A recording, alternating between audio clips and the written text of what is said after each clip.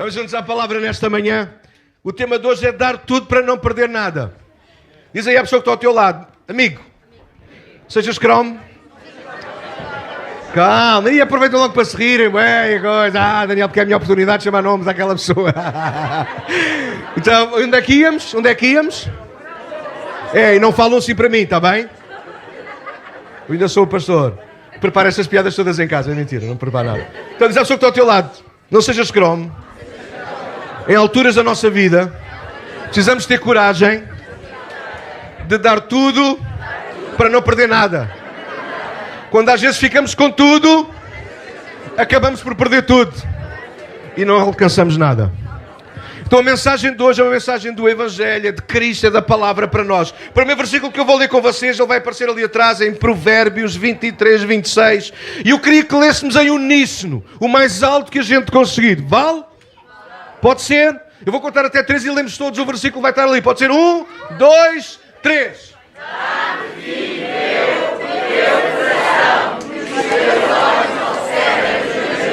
Uau! A maior parte sabe ler. Eu não sei se sabem de quem são estas palavras, mas eu vou dizer-vos rapidamente. Estas palavras são o próprio Deus que inspirou. Este é para mim o pedido mais fantástico que Deus faz na Bíblia. É verdade. Daqui a pouco nós vamos levantar a oferta, porque a igreja precisa de oferta para pagar isto. Ninguém nos oferece a água era bom que alguém oferecesse este mês, que foi 2 vezes no mesmo dia para encher esta piscina. Ok? Ninguém nos paga a água, a luz, a renda da casa, então nós voluntariamente contribuímos. Mas a verdade é esta: Deus não pede dinheiro. A bom da verdade poderíamos dizer que Deus não nos pede muita coisa. Mas não. Ele pede tudo. Ele não pede muita coisa, ele quando pede tudo. Este é um texto que diz aquilo que Deus nos pede. Ele diz o quê? Querem ler outra vez? 1, 2, 3. Dá-me, filho meu, o teu coração, e os teus olhos observem os meus caminhos. Então, é bom da verdade, o que é que Deus nos pede? Dá-me, filho meu. E esta é a pergunta que nós precisamos fazer aqui nesta manhã. Deixem-me fazer uma pergunta, aliás, antes de fazer a outra.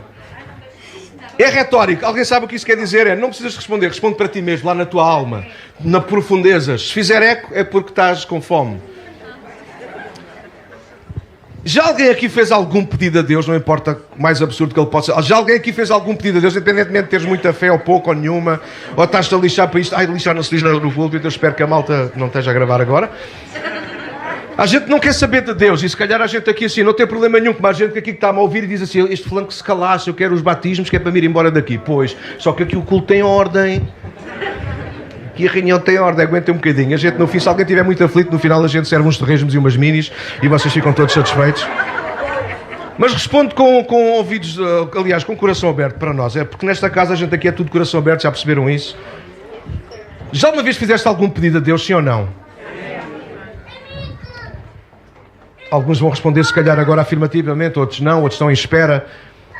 Deus já te respondeu alguma oração que tenhas feito? Não. Ok.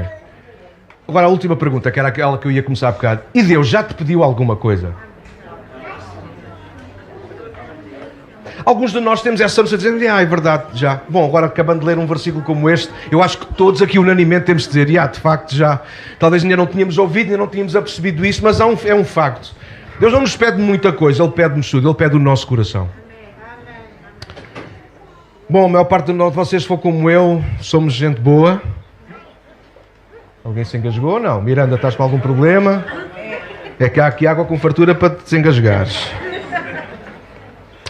Se vocês forem como eu, somos gente boa, mas nós falhamos, somos imperfeitos.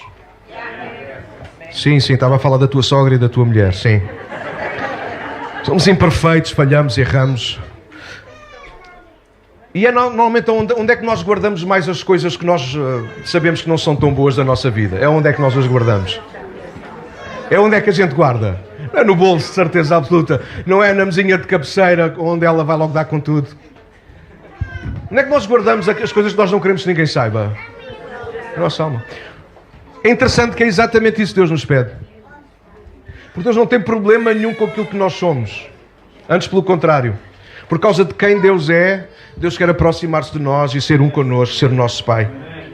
Então deixem-me ler para não perder muito tempo, porque a malta está aflita para ir ao banho. Quando nós pensamos em vir a Cristo e viver com Cristo, é natural pensar e focar em tudo o que ganhamos. Isso não é errado.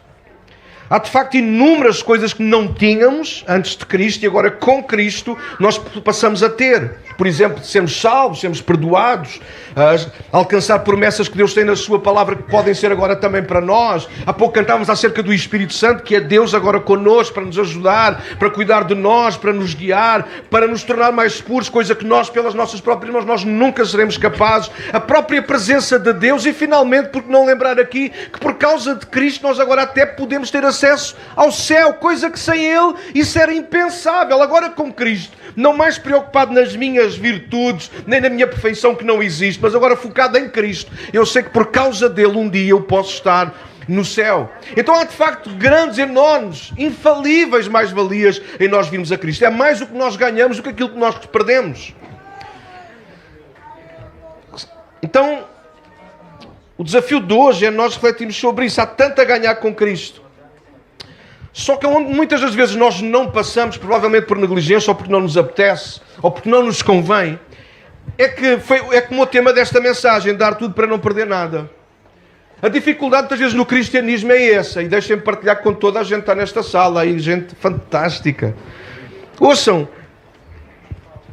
talvez a expressão é mesmo esta: Deus quer encher-nos, Deus quer dar-nos, mas primeiro precisamos ter a coragem de nos esvaziar. Deus quer dar-nos tudo aquilo que Ele tem para nós, mas Ele pede-nos uma coisa, que é a coisa mais difícil, é nós estarmos dispostos a entregar o que nós somos e aquilo que nós temos. A verdade é esta: quando nós pensamos, Daniel, o que é que eu tenho? Aquilo que eu tenho comparado com o que Deus me dá não é nada.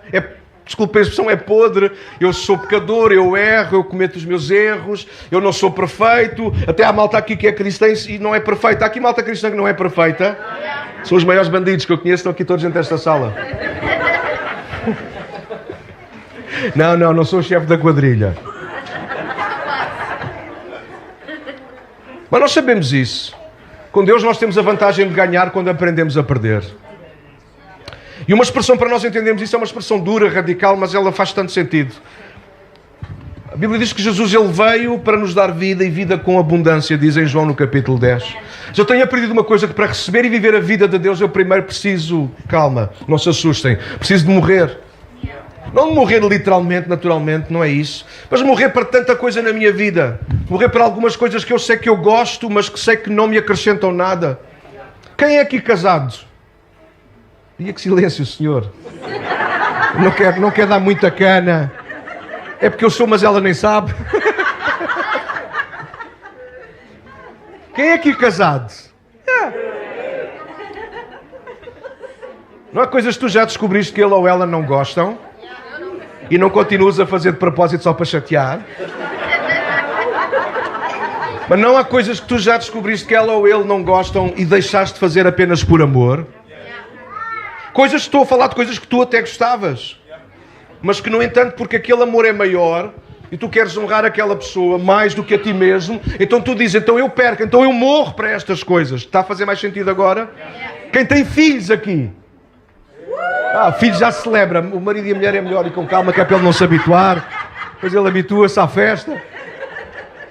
Quem tem filhos sabe o que é nós temos que abrir mão de coisas que nós gostamos para que não lhes falte a eles. Certo? Por exemplo, eu ando com as minhas calças todas rasgadas, estragadas, porque estas calças tenho-as quase desde que nasci. Para comprar roupa para as minhas filhas.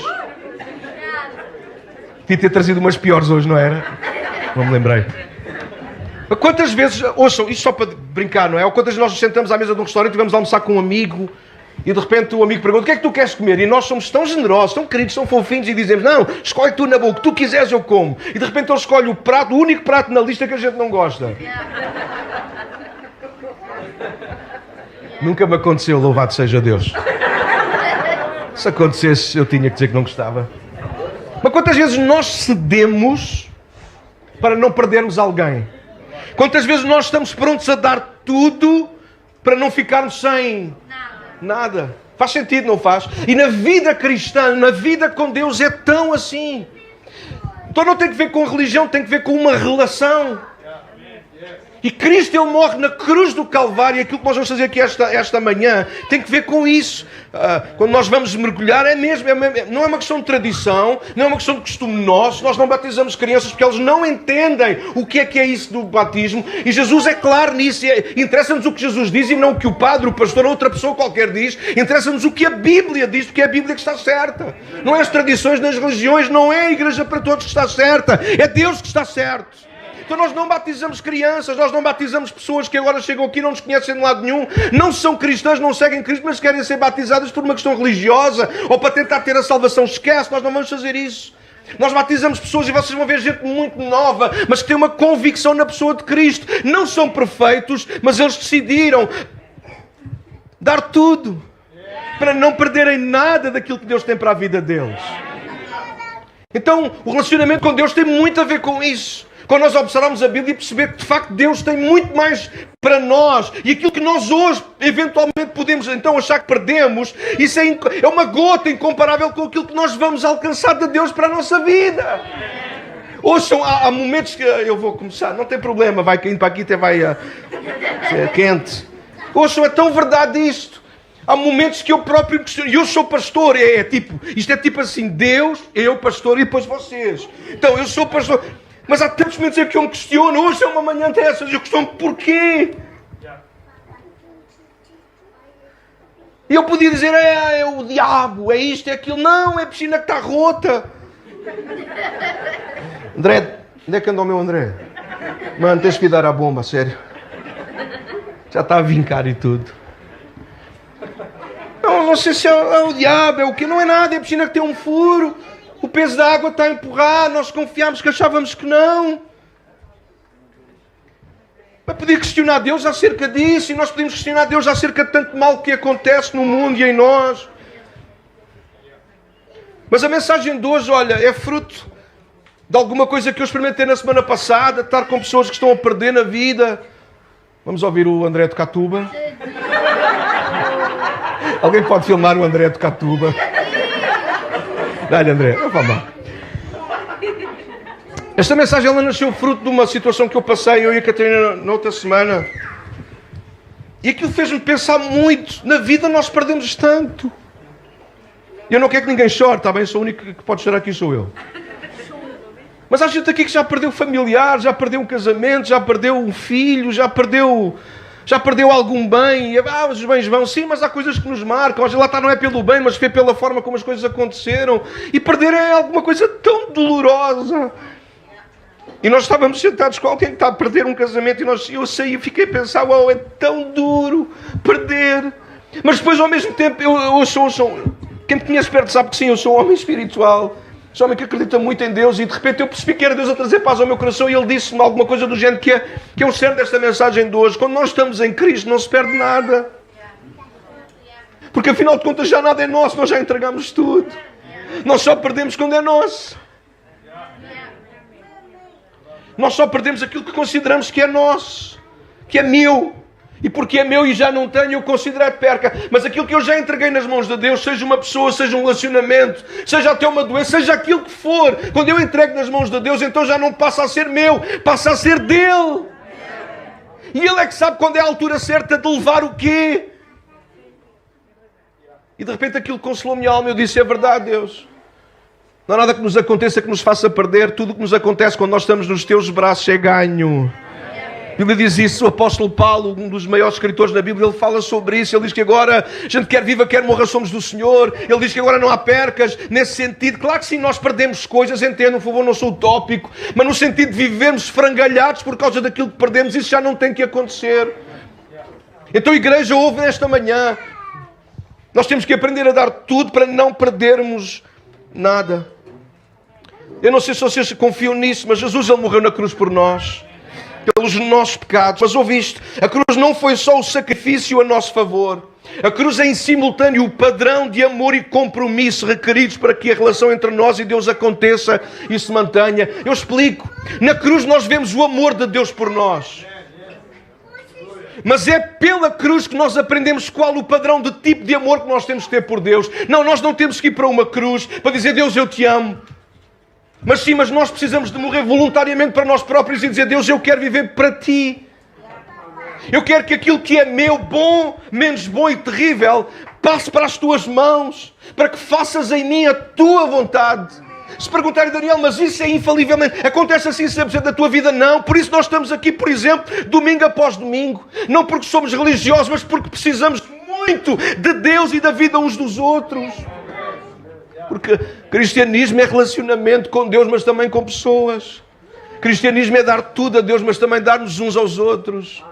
E a gente não sabe o que é isso, porque aprendeu apenas a viver numa religião onde entra, recebe o que precisa e vai embora, não participa, não partilha, não comunga, não nada, vem apenas para marcar presença. Mas houve na igreja para todos nós estamos a desmistificar isso. Nós amamos a Deus a sério, porque Ele nos amou primeiro. Nós estamos prontos a dar tudo por Ele e para Ele, porque Ele já deu tudo para nós. Ouvi-te ouvir que é de Deus para a tua vida. Tu nunca irás perder quando entregares tudo nas mãos de Deus. Sempre que ficares com medo, então tu arriscas a perder tudo. Às vezes nós fazemos tanto para tentar alcançar a nossa vida, não perder ainda o que somos e o que temos. E não percebemos que é quando nós plantamos nas mãos de Deus que nós vamos muito mais longe. Deixa-me ler-te uma história que se encontra no Evangelho de Marcos, no capítulo 10. E depois vou partilhar 4 pontos muito rapidamente para nós.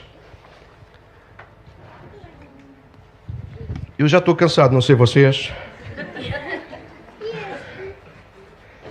Em Marcos 10, 17 a 31, nós vamos... Aliás, não vou ler os versículos todos agora, vou ler apenas até ao verso 22. Mas é a história de um homem, quando nós comparamos com Mateus e Lucas também, são os 3 evangelistas que contam a mesma história, mas dão-nos pormenores diferentes. Nós vamos dizer que seria alguém ainda novo, tipo eu.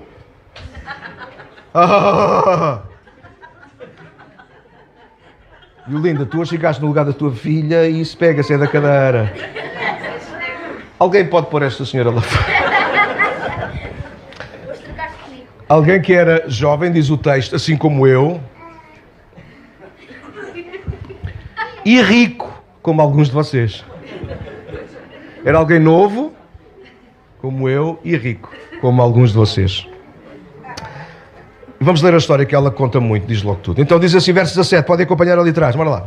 Quando Jesus ia saindo, um homem correu em sua direção e se pôs de joelhos diante dele e lhe perguntou, bom mestre, que farei para dar a vida eterna? Ou seja, ele queria perceber como é que podia ser salvo, como é que podia de facto estar bem com Deus, ok? É essa a pergunta.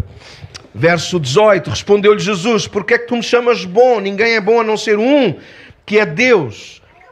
Você conhece os mandamentos, não matarás, não adulterarás, não furtarás, não darás falso testemunho, não enganarás ninguém, honra teu pai e tua mãe. Ou seja, Jesus está-se a lembrar daquilo que era a lei de Moisés. Os israelitas quase todos conheciam bem aquilo que estava na Tora, na lei que Moisés tinha escrito. Verso 20 diz, e ele declarou, mestre, a tudo isso tenho obedecido desde a minha adolescência. Explico também o que é que ele quer dizer com isso. Qualquer homem... em Israel, sobretudo naqueles dias, ainda hoje em alguns lugares, em algumas famílias mais tradicionais e conservadoras, mas sobretudo naquele tempo, assim que era possível, os meninos começavam a acompanhar os pais às sinagogas, a aprenderem, e eles decoravam a lei, decoravam os profetas. Aliás, até a adolescência eles sabiam de cor quase os primeiros 5 livros da Bíblia. Era muito interessante, era a cena deles, era a religião deles, eles levavam aquilo muito a sério e muito a peito. Por isso ele responde, desde a minha adolescência que eu comecei a viver isso. Ele teve até a adolescência a aprender, e a partir da adolescência ele começou a pôr, ou a tentar pôr em prática. Verso 21, Jesus olhou para ele e o amou. Marcos é o único que vai dizer isto. Mateus e Lucas não dizem. Mas eu quis ler Marcos por causa desta expressão, que ela é tão importante para nós aqui nesta manhã. Diz que Jesus olhou para ele e o amou. E eu quero lembrar-te disso desta manhã. Era imperdível, era desperdiçado eu não parar aqui 2 minutos. Deus está a olhar para nós esta manhã. E Ele sabe como nós chegamos até aqui. Ele sabe o que vai na nossa mente, o que nós estamos a pensar agora mesmo. Ele sabe aquilo que tu fizeste a noite passada. Ele sabe aquilo que tu disseste. Ele sabe a forma como tu trataste alguém que até amas. Ele sabe tudo. Mas ainda assim, é tão interessante. Eu sei que há grupos religiosos, há outras igrejas que não defenderiam o que eu vou dizer, mas não quer saber, eu vou defendê-lo, porque eu acredito que é bíblico.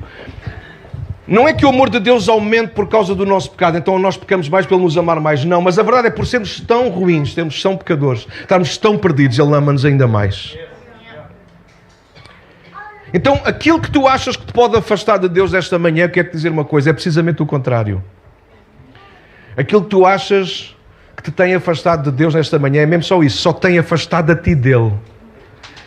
Mas o seu amor, apesar do teu pecado e dos teus erros, nunca fez com que Deus te abandonasse e ficasse longe. Deus olhou para ele e o amou. E veja o que ele diz. Falta-te uma coisa. É tramado, não é? Quando a gente sai de casa, acha que tem tudo, até que de repente, quando já estamos longe, descobrimos o quê? Falta-nos qualquer coisa. Já alguém sofreu isto?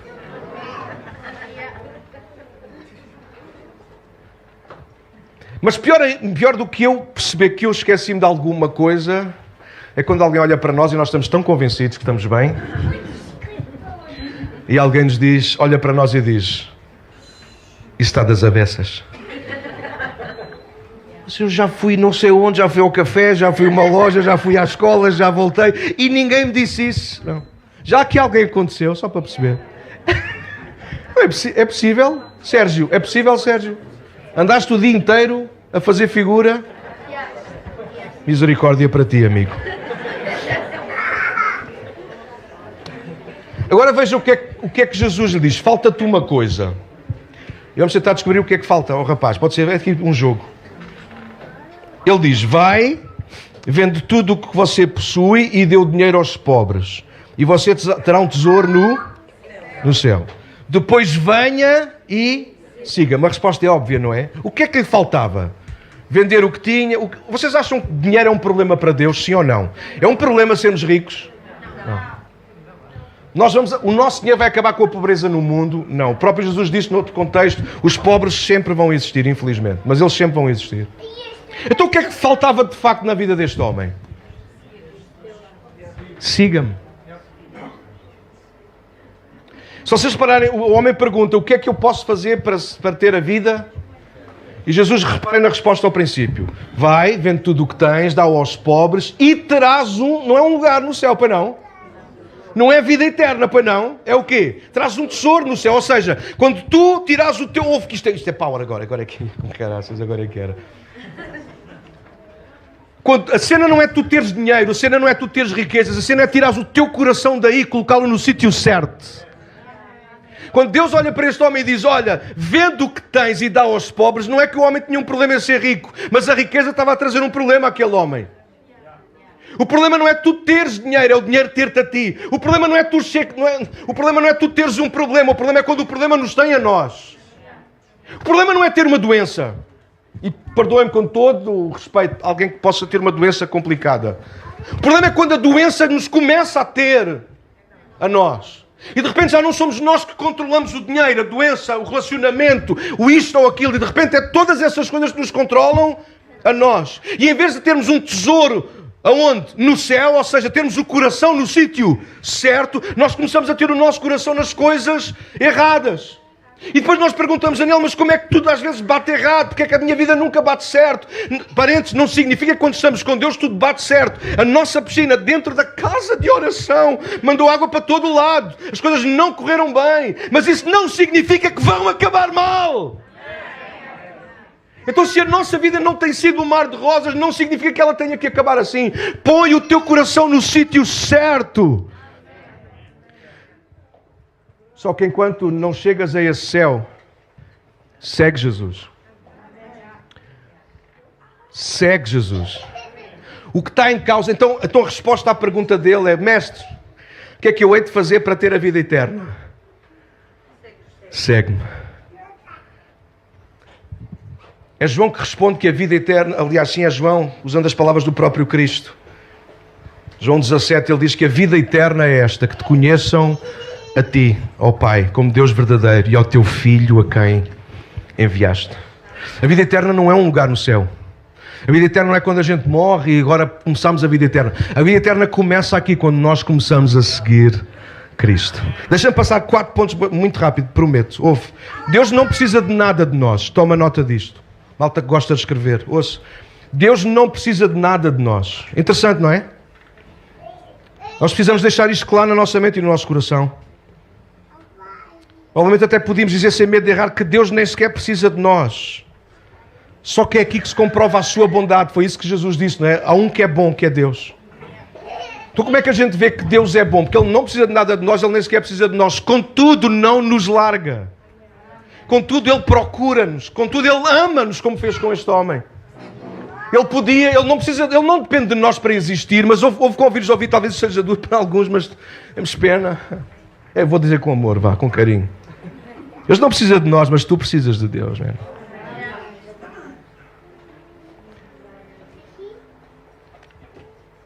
Então, que saia da nossa cabeça e do nosso coração, Deus vai-me esfolar, Deus vai-me tirar tudo o que tenho. Não, olha, isso passa para o ponto seguinte, toma nota. Deus não arranca nada de nós.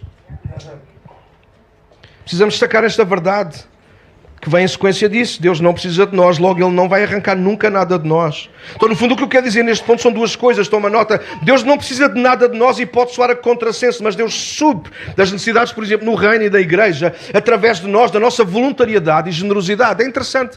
Deus não precisa de nada de nós, nem arranca nada de nós, mas Ele vai suprindo as necessidades uns dos outros, através uns dos outros.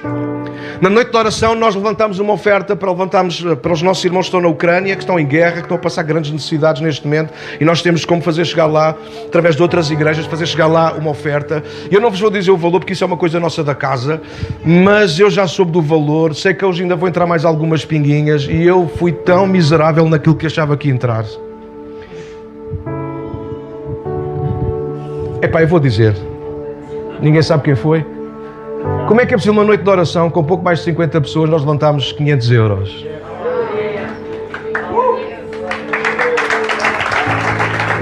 Quem não é da casa não percebe, não sabe como é que funciona isto, mas eu sei que ainda vai surgir mais algumas ofertas, nós vamos juntar-nos com outras igrejas, nós vamos estar a cuidar uma série de gente, igrejas lá na Ucrânia e não só gente de igreja, mas gente está a passar necessidades e nós vamos conseguir com este dinheiro ajudá-los lá a comprar uma série de coisas, bens essenciais para os miúdos. Uma série de gente está lá a precisar, como vocês estão a ouvir. Então, é assim que Deus, Ele não arranca, mas através da nossa generosidade Ele vai suprindo as necessidades. Outra coisa, portanto, aqui a destacar sobre o arrancar é também naquilo que é negativo. No que é bom, Deus não arranca, mas Ele conta com a nossa disponibilidade, certo? Mas naquilo que não é bom, Deus também não vai arrancar. Deus nunca vai arrancar de nós o pecado, a não ser que nós nos queiramos ver livre deles. Deus nunca vai arrancar de nós maus pensamentos, más palavras, enfim, coloca na lista aquilo que tu quiseres. Deus nunca irá arrancar aquilo que não presta da nossa vida, a não ser que nós assim o desejemos e nos coloquemos no lugar certo, nas suas mãos, para que isso possa acontecer. Porque também é verdade, e foi Jesus que disse, sem Ele nós nada podemos fazer. Então não podemos, é escusado orar a pedir a Deus que Ele faça alguma coisa que Ele já deixou claro que somos nós que fazemos. Por exemplo, orar para que Deus cuide dos irmãos agora que estão lá na Ucrânia em sofrimento. É uma oração muito bonita. Mas se a gente não fizer nada, palavras levam-os o vento. Por outro lado, também pedir a Deus, Deus ajuda-me com este meu problema. Eu tenho este problema, eu tenho esta dificuldade, eu tenho este pecado. Orar é muito fixe, mas se tu não fizeres nada em relação a isto, se não mudares de ares, se não mudares de zona, se não mudares de relacionamentos, enfim, se não fizeres nada, tu podes continuar a orar a vida toda que não vai mudar nada. Nós podíamos ter entrado aqui esta manhã e podíamos ter orado. Sim, Deus era poderoso para fazer isso e além disso. Mas nós percebemos que não era o tempo de nós apenas orarmos, mas orarmos e agarrarmos nas esfregonas, ir ali aos vizinhos da esquina e comprar mais esfregonas e começar a limpar chão. Alguém percebe do que eu estou a falar? Deus não arranca nada de nós. E há gente aqui nesta sala, eu hoje percebo porque é que Deus me fez trazer esta frase. Deus não arranca. Há gente aqui a lutar com Deus, a tentar fazer braço de ferro com Deus, no sentido, bom, Deus, tu existes, então faz lá isso. Deixa-me dizer-te uma coisa, Deus não vai fazer. Ele é Senhor, Ele não faz os nossos caprichos. Mas há uma coisa que eu te garanto que Deus faz. Ele compromete com quem está comprometido. Se tu disseres, Deus, eu não sou capaz, eu garanto que tu vais ouvir certamente algo do género, aquilo que tu não fores capaz, eu vou sê-lo contigo. Há mais de 20 anos atrás eu fiz esta oração, Cristina. Eu nunca fui um viciado em drogas muito profundo, mas tive a minha profundidade lá. Eu não falo muito deste tema porque são coisas que são do passado. Não tenho problema nenhum hoje em visitar o passado, mas é um facto. E eu lembro de estar numa sessão como bué das jovens, mais de 500 jovens, e eu me escondi lá a minha cabeça dentro nas cadeiras, e eu orei isso a Deus. Eu disse: Deus, se tu existes, tu tens que me ajudar a libertar-me disto, que eu não sou capaz sozinho. Eu não disse: Deus, tu tens que me tirar disto. Sabem porquê? Porque não foi Deus que me tinha posto naquilo. Há coisas, escolhas que tu tens feito na tua vida, palavras que tu tens declarado na tua vida, que são tuas, não são de Deus.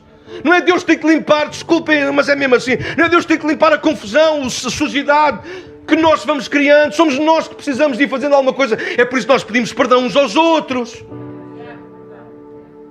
É por isso que nós damos abracinhos, às vezes não temos vontade, porque a vontade dela não vem porque não temos, sentimos culpados. Alguém sabe do que eu estou a falar? Deus não vai arrancar nada de ti. Se tu precisas pôr alguma coisa em ordem com Deus hoje, então põe. Se tu achas que não és capaz, não tem problema. Diz: Deus, eu não sou capaz sozinho. Hoje eu sei que contigo eu vou ser mais do que vencedor. Ponto 3. Deus não exige nada que nós não consigamos fazer.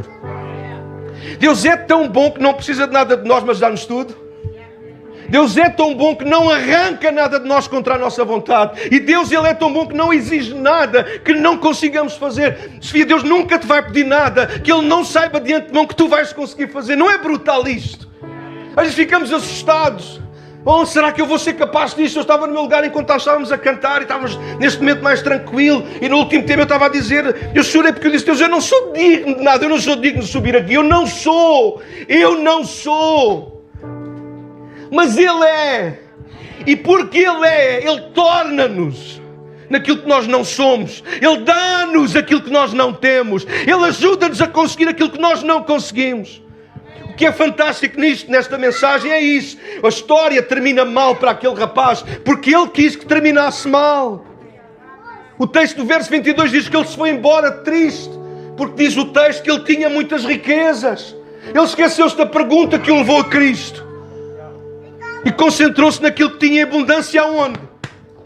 No coração. Nós não temos tempo, mas o resto da história, depois daquele rapaz ir embora, Jesus fica com os discípulos e ele faz uma pergunta. Aliás, ele diz uma coisa no verso 23, salvo erro, ajudem por aí. Se eu estiver errado, não liguem aos versículos, liguem àquilo que eu vou dizer. É tão interessante, Jesus disse: é tão difícil, sublinha, é tão difícil, não impossível, um rico entrar no reino dos céus. E os discípulos ficaram: what? Como? Então a gente vem seguir Jesus para ser rico e agora se a gente ficar rico a gente perde o céu. Não, eles não dizem lá isso. Mas eles ficam a questionar-se: então, mas como é que isto é possível? E Jesus torna a dizer: é tão difícil. Ele não disse impossível.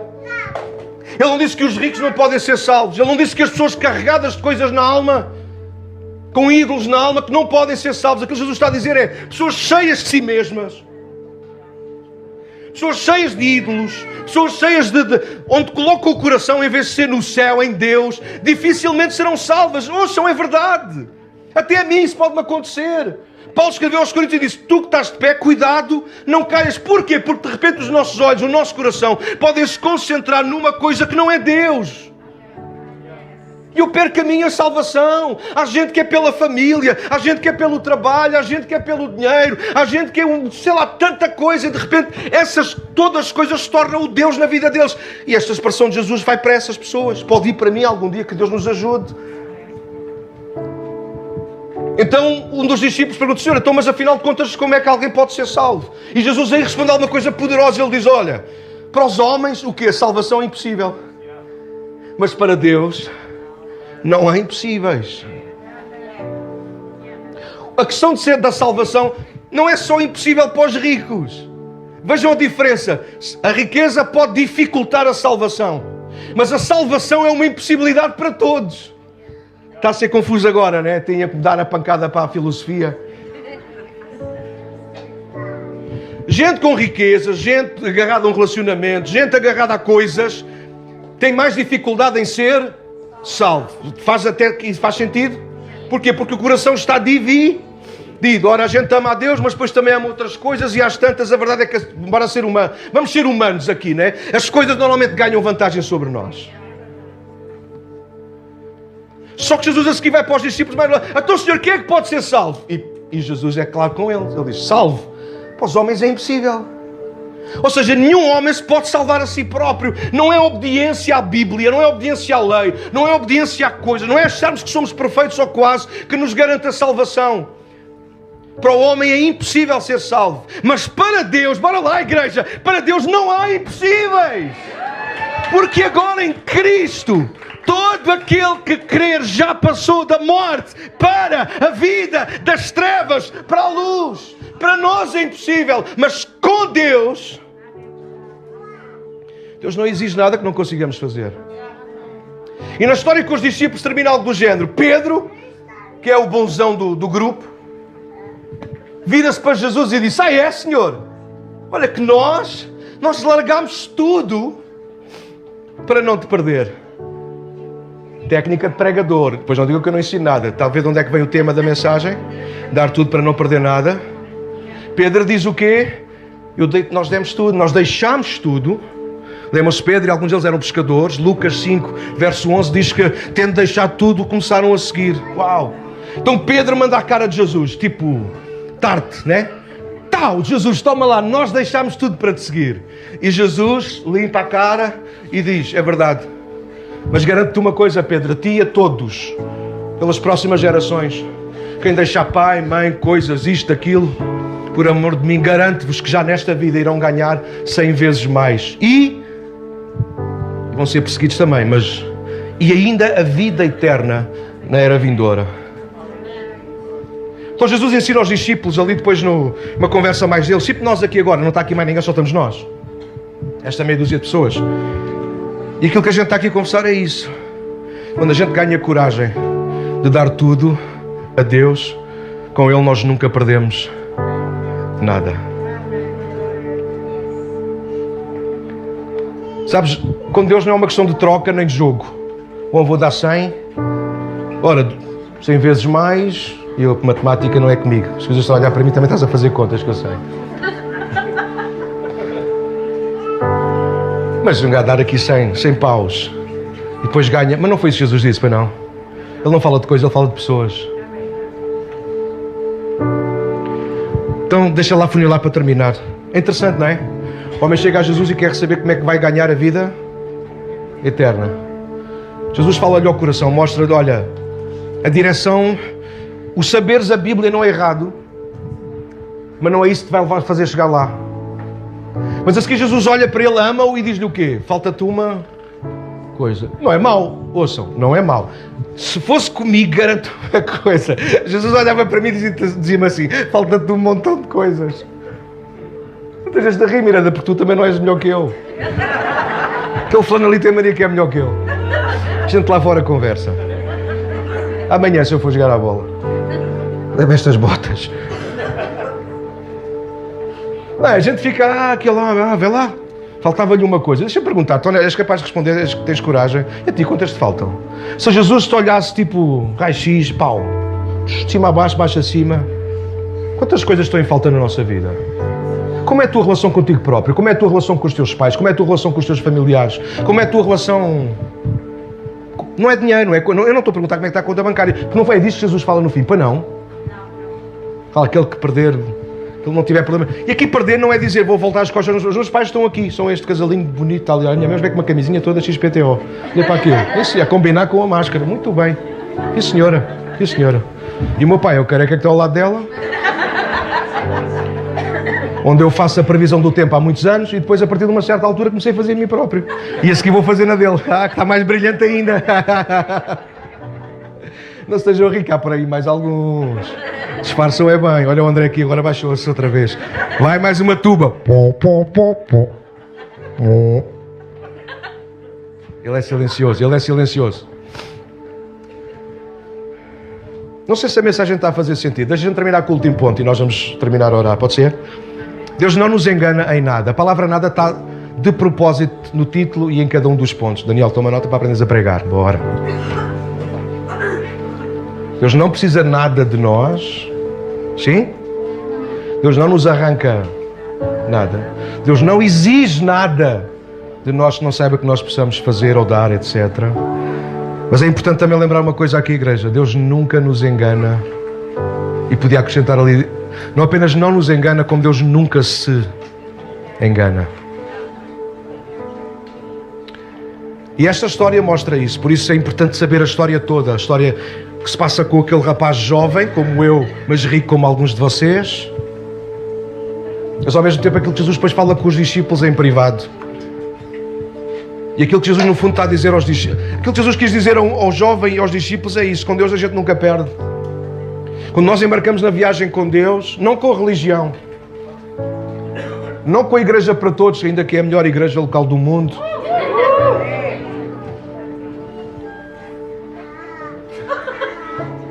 sou um ré sustenido. Deus, ele não precisa de nada de ti. Mas ouve convites, ouve, tu tens saído daqui nesta manhã, saberes uma coisa, ou lembrares uma coisa. Hoje vais ter que dormir mal a pensar nisso. Deus não precisa de mim, mas eu preciso de Deus. Tu tens que sair daqui hoje e dormir mal e lembrar-te de uma coisa. Deus está a olhar para mim, mas há outros que olharam para mim e por causa daquilo que viram não conseguiram amar. Mas eu quero te dizer mais uma vez nesta manhã, Deus olha para ti e Ele consegue amar-te.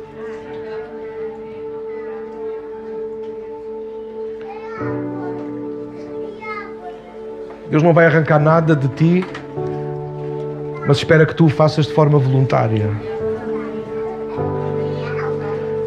Deus nunca te irá pedir nada que não saiba que tu consigas fazer. E eu quero voltar a este ponto para terminar, para te dizer o seguinte: sabes porquê? Porque em nenhum momento tu estarás sozinho. Deus está no início para te dizer: tu precisas de tirar isto da tua vida. E Deus estará no fim, um dia na glória, para te receber. Mas durante o processo,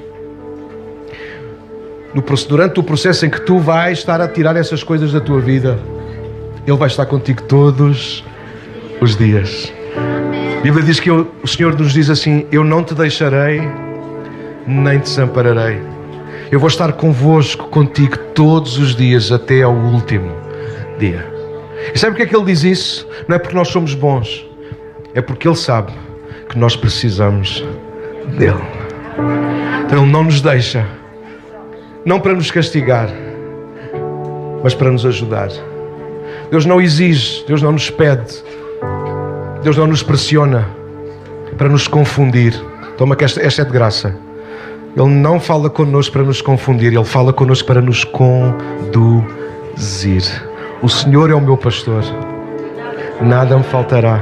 Ele guia-me, Ele conduz-me. E Deus quer fazer isso com cada um de nós aqui nesta manhã. Igreja, aprenda a dar tudo para não perderes nada. Antes de orar, deixa-me lembrar-te uma história.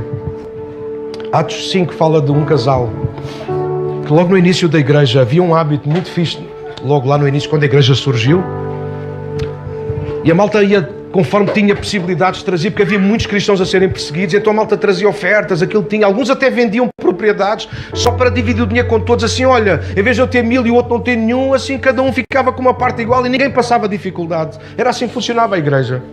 A gente quer ser igreja, mas em tempos modernos, não é? Então houve um casal que foi os Chico Espertos. Eles deviam ser arrasados de portugueses. Ou de Zuca. Brincadeira. Então diz que eles venderam uma propriedade por um determinado preço, combinaram entre os dois dizer que tinha sido um outro preço, e chegaram ao pé do apóstolo Pedro e quiseram fazer uma figuraça daquelas. Ficaram lá e, toma, está aqui, vendemos por 1000 e está aqui 1000. Só que Pedro tinha a revelação do Espírito e naquele dia Deus quis tratar assim para que as coisas na igreja tivessem ordem. E Pedro disse, olha, porque é que vocês enganaram o Espírito de Deus? Vocês podiam ter ficado com tudo para vocês. Mas ao terem mentido a Deus, ao não darem tudo como deve ser, vocês ficaram sem nada. E diz que eles morreram ali instantaneamente porque o pecado foi tão grave, foi tão feio. E na volta, sabem, essa história dramática que é naquele tempo, ela ensina-nos alguma coisa para nós. Talvez nós não morremos literalmente, como eu comecei a dizer no início da minha pregação, nós não temos que morrer literalmente, mas a verdade é que quando nós não damos tudo a Deus, ouve, isto é tão verdade como eu estar aqui, e eu sei aquilo que estou a dizer. Quando nós não damos tudo a Deus, a verdade é esta, nós sabemos que estamos a morrer aos poucos. Porque aquilo para o qual nós não morremos vai nos sugando um dia de cada vez. Então nesta manhã eu gostava mesmo muito que nós orássemos com coragem. Porque houve dar tudo implica coragem, não implica? A gente senta-se à mesa com... Eu no outro dia fui almoçar com um amigo. Ele veio ter comigo aqui à pontinha. Ele veio aqui a um restaurante que eu gosto, que a gente gosta bastante. Tem boa qualidade. Não se paga pouco. No ver do mundo não é mau. Mas não é o mais barato. Mas o rapaz tinha tão eufórico. E ele disse, não. Tu outra vez pagaste-me o café, porque é preciso saber semear. E eu vou-te pagar o almoço. Eu disse, glória a Deus por isso. E a gente não se pode negar quando alguém nos diz que é pagar o almoço. Então eu disse, então vem ter comigo aqui que a gente vai no sítio porreiro. Gostas de picanha? Aqui alguém gosta de picanha? Eu também. Depois é uma questão de vermos a agenda e vamos juntos. Mas depois vem a conta. E como o rapaz não está aqui, estou à vontade, vocês também não sabem quem foi. Eu vi ele olhar para a conta. Você sabe quando a pessoa abre a carteira e tira o dinheiro e é mesmo muito à conta? Sabe? Alguém percebe que eu estou... Tipo, não estava à espera que fosse... Eu acho que ele depois arrependeu-se, mas eu disse, a gente paga isso, eu pago isso contigo, eu pago na boa. Não, eu pago. Já era com mais tristeza do que ele queria. Sabe, às vezes nós olhamos muito para o preço que temos que pagar, mas... E ficamos com medo. Mas dar tudo. Eu levantei este dinheiro e pensava que ia sobrar alguma coisa. Chego a casa, o que é que eu vou dizer à minha mulher? Ela deu-me este dinheiro. Bom, como eu disse, amor, vou almoçar fora com um amigo. Está bem, toma lá 10 euros e depois traz-me o troco. Disse, amor, mas eu tenho que pagar um dos dois. Está bem, então não tragas o troco. Eu faço isso, sem problema. É complicado, não é? Quando alguém chega ao pé de nós e diz, olha, eu quero tudo ou não quero nada. Mas sabem o que eu tenho descoberto com a minha vida? É assim que nós gostamos de viver. Porque é exatamente isso que nós exigimos dos outros. Ou não é isso que tu exiges do teu marido? Não é isso que tu exiges da tua mulher? Mas é isso que tu de facto estás pronto a exigir de ti mesmo? Não é isso que nós exigimos de Deus? Deus, por favor, faz um milagre e não fiques a meio. Eu preciso da tua ajuda. Eu perguntei, a maior parte de vocês disse que sim, que já fez uma oração a Deus. Vocês pediram metade de uma coisa? Posso saber o que é que vocês pediram a Deus? Digam todos ao mesmo tempo, ninguém percebe nada. O que é que vocês pediram a Deus? Isso. Obrigado, Bruno, pela tua honestidade. Bruno pediu liberdade. Quem conhece a história do Bruno sabe porque é que ele pediu a liberdade. Não é? Ficamos por aqui. Mas é um facto. O Bruno não pediu metade da liberdade. Disse, Deus, eu sei que tu és bom. Tu vais ajudar-me a resolver esta situação. E tu, olha, dá metade da liberdade. Tipo, sai só o tronco e as pernas não podem sair. É estúpido, não é? Desculpem a palavra, mas é para nos escandalizar e ofender de propósito. Se nós não exigimos por metade, porque é que nós não podemos dar tudo de uma vez a Deus? E nós dizemos o quê? Porque eu não quero. Então tu hoje vais ser o jovem rico. Vais sair daqui orgulhoso, emproado, emproada. Achar que não precisas de Deus? Achar que não precisas de arrancar nada? E achar que não precisas de fazer nada? Então quem sai daqui engana quem? É Deus? Ou és tu que sais daqui enganado contigo próprio? Então nesta manhã, igreja, malta que está aqui hoje, amigos de toda a gente, malta que nos vê em casa, malta que está aqui do lado de fora, hoje é dia de nós irmos aqui com a consciência de darmos tudo para não perdermos nada. Escuso perguntar se tu precisas de alguma coisa de Deus. Todos nós precisamos. Mas o desafio desta manhã não é só pensar naquilo que tu precisas, mas naquilo que tu ainda não deste. Podemos orar por isso esta manhã? Juntam-se a mim? Então fica de pé aí no teu lugar, por favor.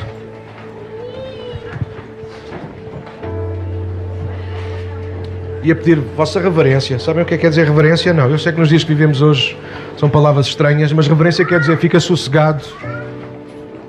Daqui a pouco nós já vamos fazer festa aí outra vez. Já me vou equipar.